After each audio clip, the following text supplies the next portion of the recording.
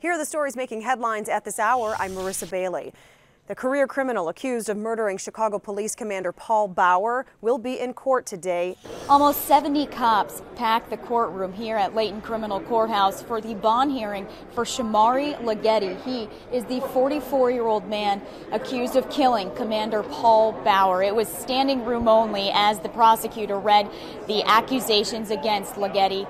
It's what we heard yesterday, that he was on Lower Wacker Drive when tactical officers approached him and asked him about something to do with narcotics and a narcotics investigation down there. Leggetti is accused of running.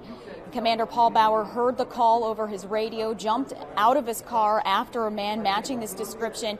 The two struggled near the Thompson Center, fell down a stairwell, and that's when prosecutors say Leggetti shot Commander Bauer 7 times. 6 of those bullets hit him in the arm, torso, wrist, head, and other parts of his body. Today at court, we learned that Leggetti was carrying a 9mm gun with a full clip. They said he had a sharp object in his hand as well.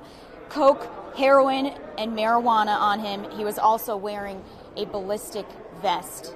The judge listened to all of this, listened to a short plea by the defense to give a reasonable bond, and then decided that bond should be denied for Mr. Leggetti. He is charged with unlawful use of a weapon, first-degree murder of a police officer, possession of controlled substance, and one other charge of armed violence.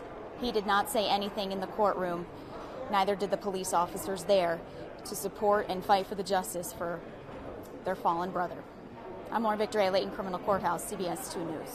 A former student is now charged with 17 counts of murder after going into a rampage at a Florida high school. Here's Kenneth Craig.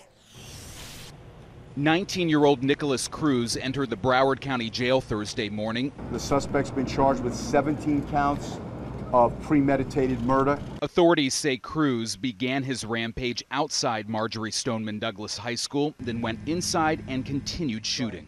Some students captured the horrific scene on their cell phones while others ran for their lives. Kids were freaking out. President Trump addressed the nation this morning about the deadly shooting. No parent should ever have to fear for their sons and daughters when they kiss them goodbye in the morning. Authorities say Cruz had been expelled from the school last year. Social media posts show him posing with guns. On Thursday, FBI agents searched the home of the family where he was staying. A lawyer for the family says he was a friend of their son.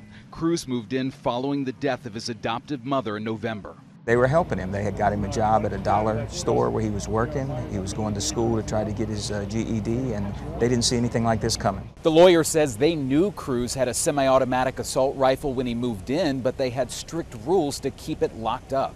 Among those killed, student Jamie Gutenberg and assistant coach and security guard Aaron Fies, who ran to help when the shooting started. I heard that he got in front of a couple people and shielded them, and he actually took the bullets for them.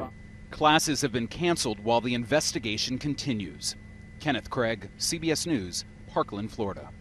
And finally, meteorologist Megan Glaros has a look at your forecast.